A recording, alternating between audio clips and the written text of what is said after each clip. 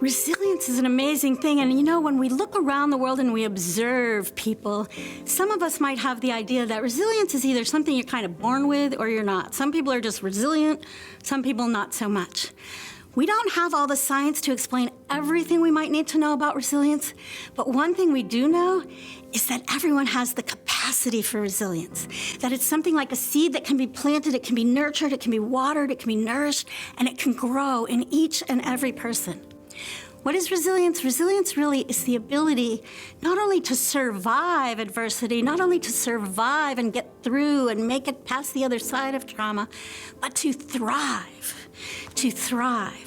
even in spite of adversity or trauma. I want to share with you a story from my own life that kind of illustrates how this works, because it has to do with recognizing when there's been trauma and then developing and equipping so that you can prevent that and cope with that if it happens again in the future.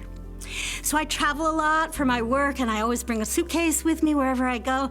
And you know, the worst thing about being in a suitcase when you're on a plane is that sometimes they lose the luggage. And sometimes you get off the plane and you go down a baggage claim and your suitcase isn't there. And on any ordinary day, you'd be annoyed. You might stomp your feet as you go over to the baggage claim office. You might kind of scowl or raise your voice a little bit. But you're gonna get through it. You're gonna be okay. You have your base level of resilience there. You can cope with that kind of a circumstance. Unless there's been some trauma in your life that influences the response you have in that moment. And in my life, one time I was on such a trip, and I learned that one of my sons back home had a medical emergency. And I had to cut my trip short and get back to Philadelphia and be with my family, be with my son. And when I got back to Philadelphia, my suitcase was lost. And I didn't really worry about it too much because I wanted to get to the hospital and be with my son. A couple of days later, my son died. And we not only were grieving and mourning, but it was traumatic because of the circumstances that had led up to his death. We were traumatized, our whole family. So I took time and I stayed home with my kids and my family and worked on healing for all of us. But soon, eventually, I had to get back on the road. I had to work again, you know, everyone still liked to eat and I had to pay those bills. So I started traveling again. And I had a suitcase. And many times in the next few months, I traveled and my suitcase was right there when I landed and all was well. And then about 3 months later, I landed. I remember I was in Alabama. I landed in Alabama and I went down to baggage claim with everyone else. It was late at night. I was already tired. And I was just standing there by baggage claim watching all the bags come along the carousel. My bag was pink. It was easy to spot, except there was no pink bag coming. Little by little, all the other people were taking their bags off the carousel, and I just didn't see mine, but it was gonna come, I was sure, so I just kept watching. And then, all the bags were taken. The carousel stopped. Mine hadn't arrived. You might think, oh, then I was gonna stomp off to baggage claim like I mentioned a few minutes ago, but no, in this circumstance, that's not what I did. I started to cry. First it was a little trickle of tears, and then pretty soon it was big, ugly sobs, and I was getting my whole body into it. I was wailing, I was sobbing, I was flinging my arms and my legs around. If you were near me, I might have hit you, I might have hurt you. I was out of control. I was even swearing, which I won't do here. And I was basically saying, I'm not going anywhere without my suitcase. Now, if you were another person in that airport, you might point to that person, that crazy lady, and think, what is wrong with her? Why would someone act like that over a lost suitcase? She's crazy. Unless you were trauma-informed.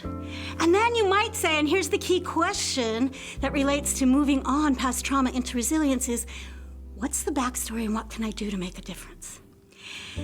If you thought the person was crazy, you would try to get further away from that person and you might call security on them. You see how your knowledge might influence your behavior. But if you thought there was a trauma story there, instead you would show compassion and you would get closer and you would connect. Compassion, closer, connection.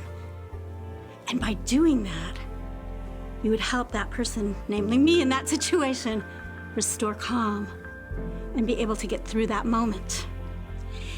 Which is what happened to me, and I did get through that moment. But I still had to travel more, and so here's where the resilience part comes in, because I did not want to have a meltdown like that every single time my suitcase might get lost. I didn't want to be terrified of flying again, that I was going to have this terrible thing happen whenever I was in an airport. So I had to learn, what can I do in that circumstance to overcome?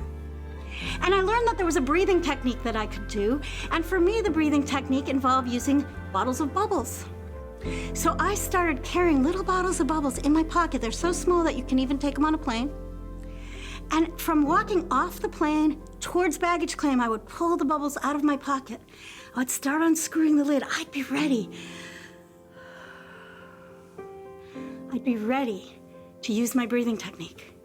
And for months, or maybe even a year or two after that, I physically had to do that every time I was in an airport.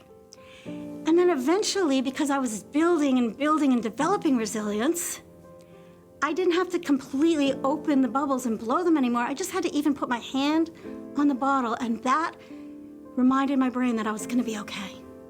That reminded my brain to breathe, just touching the bubble bottle. And now I'm pleased to tell you, I can fly through an airport, not even with bubbles in my pocket. Just the memory of that is enough to help me calm and soothe myself, even if my bag gets lost, which it still does from time to time. That's resilience. That's resilience when you first start with someone supporting you, walking with you through your trauma journey, but then learning your own skills, developing your own tools so that you can face those trauma triggers, those trauma challenges, those sort of trauma monsters that are lurking all around, whether it's a lost suitcase or whatever yours is. You can face it without going into fight or flight or freeze or airport meltdown mode. Resilience is being able to develop that skill, that tool, that capacity, not just to get through it, but to thrive. And I'm thriving now at airports. I can go through an airport. I can have my bag get lost and I can still have a smile on my face, even when I don't have my bubbles in my pocket. And that's what we want for every single person who's been through trauma, is that they can get to that point, that they can face those circumstances of trauma in their life, and they have tools that help them not to just get through it, but to thrive after it.